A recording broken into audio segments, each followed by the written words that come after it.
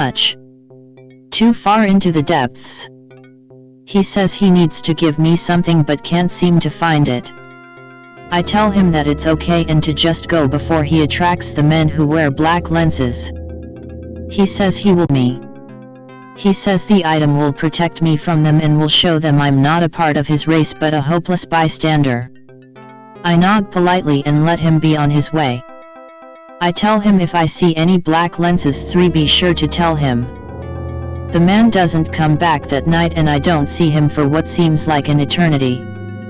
After that, even though I myself didn't believe his story, can't lie when I said I did notice a lot of black sunglasses around during the time. Feel all around uneasy. But I just chalk it all up to that weird sensation your mind has when you slightly consider something to be true even though you know that there is no possible way it is. Fast forward about a month later. I'm no longer the new guy but I request to be put on the night shift since it's not only easier on my already messed up sleep schedule but it also is just way easier to deal with than having crazy redney CKs or Mexican moms to deal with in the daytime. Just sitting around until about 3 a.m. rolls by. A familiar sight I haven't seen in a long time decided to stroll in. The tall skinny man comes back. Oh fuck, here we go again. Decide to go greet him since I think he would remember me and be able to talk him down again. I got to his aisle where I notice he seems even more frantic. Blue man. I have the dem for your safety. I tell to keep it and make sure to give it to me some other time. He looks visibly distraught. Bloomin', please, you must let me give you this. I tell him that I'll take the gift once I go help another customer. In reality I just went to go call some local sheriff to take him to a ward. Since it was obvious this man was fucking crazy. The whole walk over there I could feel his gaze, his presence, shake it off as nerves. What was I nervous of? Hell if I know. I just was. As I get to the camera room and grab my phone to dial up the sheriff I notice something that made my skin crawl. The man wasn't there. It made me feel so damn anxious, I don't know why since he's vanished before. But this time it felt so much more eerie. I shake it off and begin to dial the number until I heard a voice behind me. Blue man. I fucking froze. I just full on stopped consciously moving. Hell, it felt like my soul had just left my body out of fear. I turned to see this tall skinny man in the security room. With me, this tiny room with a man who I was sure was insane. I was sure he was going to kill me. Blue man, I must give you this. Here, take it. It will protect you. I notice a small white card. Nothing on it but the word sleep. Show it to the men who wear black lenses. They will never bother you again once you see this. I must go now. My child is restless and it is time for us to go home. My mission to evaluate this planet is done. He then bends over and I see it. Fucking carrier. There is no way he has something in there, right? Then I hear small noises coming from the carrier. My heart nearly burst out of my body. Holy shit, is this guy real? Is that an actual baby? Where the fuck did he get it? Is it his? Did he kidnap it? As I say that, the man runs off and I never see him again.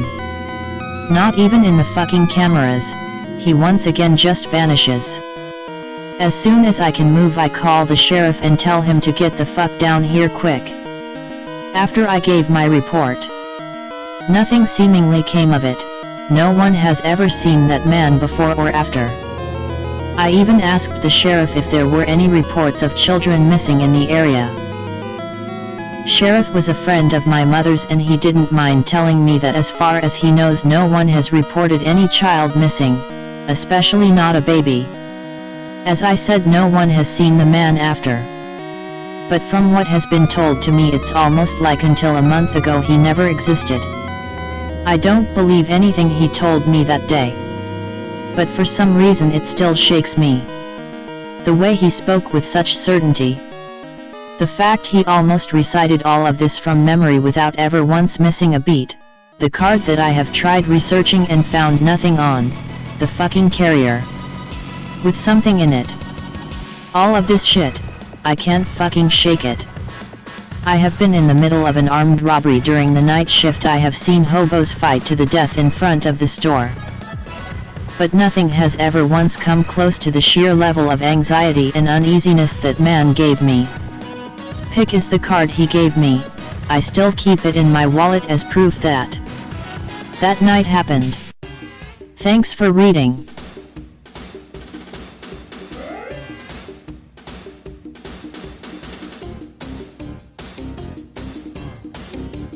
I had an uncle. My dad's oldest brother. He was already old when I was a kid and he died before I even finished middle school. I think he was kind of a fuck up. He lived with us for a while. Dad mentioned once that he somehow lost his house. Anyway, my uncle used to help my parents put me to bed by reading me scary stories out of this huge book.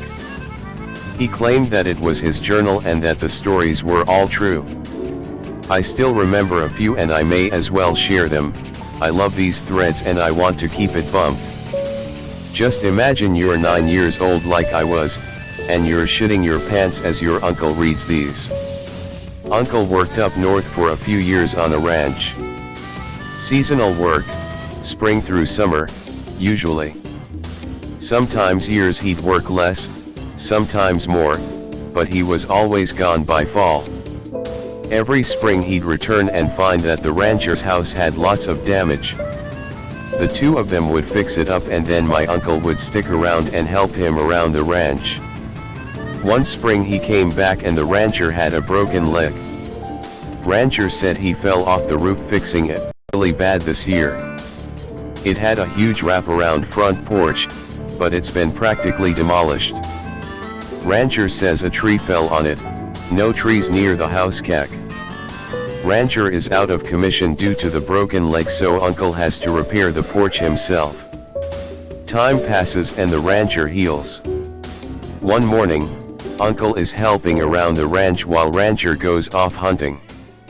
Everything's fine until uncle spots the rancher heading out of the woods. He's walking backwards, with his shotgun raised, aimed at the trees. Uncle immediately thinks, oh fuck, must be a mountain lion. He runs to his truck where his gun is. Grabs the gun and rushes towards the rancher. As he's rushing over he notes something bizarre. Grass is tall in that area, and it seems to be bending like there's a wild breeze, only there isn't one. Realizes that the grass is bending from the tree line towards the rancher, like someone is walking through it. Only nobody's there. For some reason, this spooks my uncle so much that he yells out like a fucking barbarian. This startles the rancher and he fires off a round. Immediately, the grass stands back up like whatever was moving through it is gone. The rancher then runs back towards the house and tells my uncle to come inside. Uncle asks him what the hell that was and rancher is shaking like a leaf, saying, "It was a mountain lion, it was a mountain lion." My uncle's thinking bullshit, that would have had to be an invisible mountain lion, there wasn't an animal inside. But the rancher looks mega spooked, so he drops it and the two calm their nerves over some whiskey. Uncle passes the summer on the ranch. He's waiting for the rancher to offer some explanation about what he saw.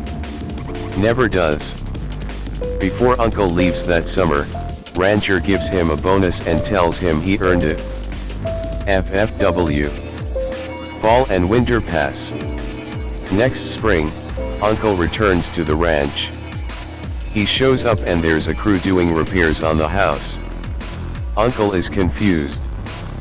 He knocks on the door and some young guy answers.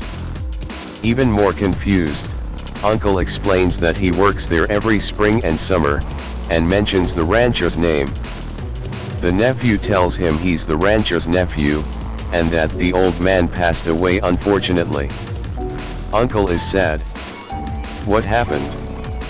Nephew shakes his head, we don't know, but it looked like a mountain lion might have got him. Uncle's blood runs cold. He recalls the weird event from the previous summer. And the house, he asks. The nephew shakes his head again. We don't know. That's it? The way my uncle said that last line always gave me shivers. LOL. Fuck it, I'll share another from my uncle's journal. It'll keep the thread bumped and maybe it'll entertain someone. In this story, Uncle is teenager back home in Alabama. Rural town, very racist, but the polite sort of racists from back in the day.